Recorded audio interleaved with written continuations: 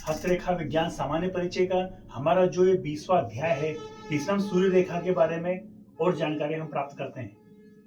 जैसे इसके पहले वाले अध्याय में मैंने आपको स्पष्ट रूप से कहा है कि हाथ में सूर्य रेखा का उद्गम कहीं से भी हो सकता है, लेकिन सूर्य रेखा उसी रेखा को माना जाएगा जिसकी समाप्ति सूर्य पर्वत पर जाकर के हो।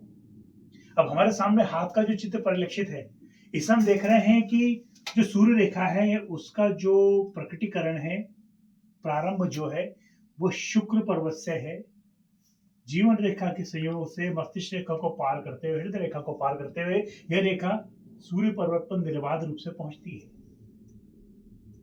इस प्रकार की सूर्य रेखा भी बहुत कम हाथों में दिखाई देती है, लेकिन जिस किसी के भी हाथ में सूर्य रेखा शुक्र पर्वत से प्रारंभ हो या जीवन रेखा से उसका प्रारंभ होकर के वो सूर्य रेखा सूर्य पर्वत तक पहुंचे, तो ऐसा व्यक्ति बहुत भाग्यशाली होता है।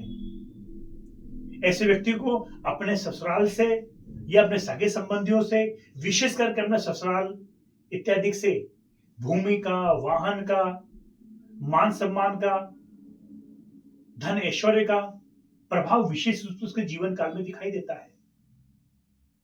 ऐश्वर्य के साथ साथ उसे ससुराल से बहुत मान सम्मान में अपने जीवन काल में प्राप्त होता है। अब यदि जो मस्तिष्क रेखा है,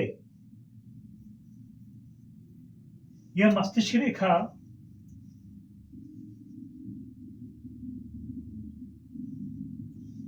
इस प्रकार से चंद्र पर्वत की ओर आए और इसी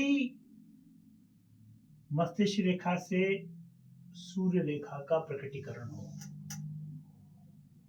इस बात पर विशेष गौर कीजिएगा कि मस्तिष्क रेखा चंद्र पर्वत की ओर झुकी हुई हो, अर्थात झुकाव चंद्र पर्वत की हो, और उसी मस्तिष्क रेखा से निकल करके सूर्य रेखा का प्रकटीकरण हो, स्पष्ट हो, तो ऐसा व्यक्ति निश्चय ही अपनी वाणी कुशलता के द्वारा सारे संसार को जीत लेता है।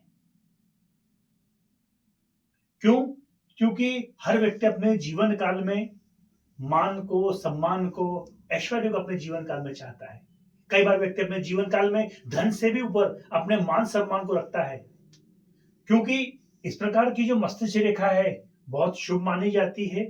और उसके साथ में यदि सूर्य रेखा का सहयोग मिल जाए या सूर्य रेखा बनी हुई हो, तो निश्चय ही ऐसा व्यक्ति अपने तार्किक बुद्धि के प्रभाव से अपने मान को, यश को और समृद्ध अपने जीवन काल में करता है।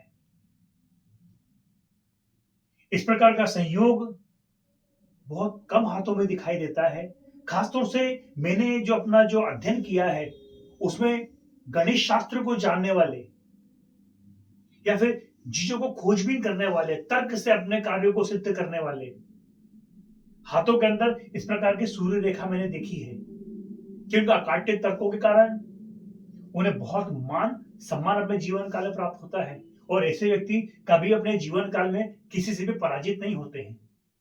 क्यों? क्योंकि सूर्य रेखा का तेज उनको प्राप्त होता है, तीक्ष्ण बुद्धि उनके पास होती है। जब इन दोनों चीजों का समागम व्यक्ति के हाथ के अंदर दिखाई दे, तो निश्चय ही ऐसा व्यक्ति बहुत ही तेजवान और कुशल अपने जीवन के अंदर जीता है। अब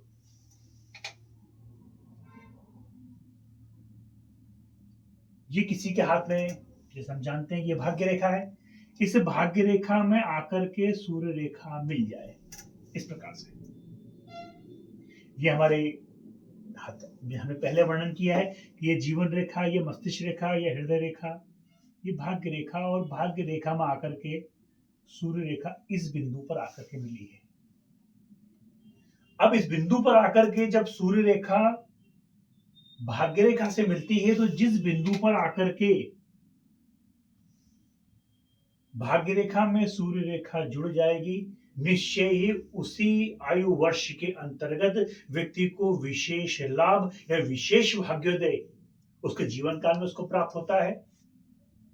और भाग्योन्नति जो है कि कोई व्यक्ति प्रश्न करता है कि मेरा भाग्य कब जागेगा, और किसी व्यक्ति के हाथ में इस प्रकार का हाथ परिलक्षित हो, ऐसा व्यक्ति कभी निर्धन में दिखाई दे, तो निश्चय ही ऐसा व्यक्ति इस समय काल में आकर के अपार संपदा को प्राप्त करता है, अपार यश को प्राप्त करता है, क्योंकि धन हमें भाग्य के द्वारा, हमारे कर्म के द्वारा हमको प्राप्त होता है। परंतु वो धन को जब हम अपव्यय अपने जीवन काल में करते हैं या धन का उपयोग सदुपयोग हमारे जीवन काल में करते हैं, उसके लिए मस्तिष्क रेखा की आवश्यकता होती है कि मस्तिष्क कैसा हो। अब यदि साथ में सूर्य रेखा का इस प्रकार से उद्गम स्थल हाथ में दिखाई दे तो निश्चय ही सोने पे सुहागे जैसी बात या एक कहावत जो है वो चरितार्थ होती है कि ऐसा व्यक्ति सहज रूप से ही हर कार्य को या हर कार्य के अंदर सिद्धि को प्रसिद्धि को अपने जीवन काल में अक्षुण्ण रूप से प्राप्त करता है। धन संपदा तो होगी ही होगी, परंतु साथ में सूर्य रेखा का साथ जब हो तो मान पद प्रतिष्ठा सहसा ही व्यक्ति के जीवन काल में उसको प्राप्त हो जाते हैं।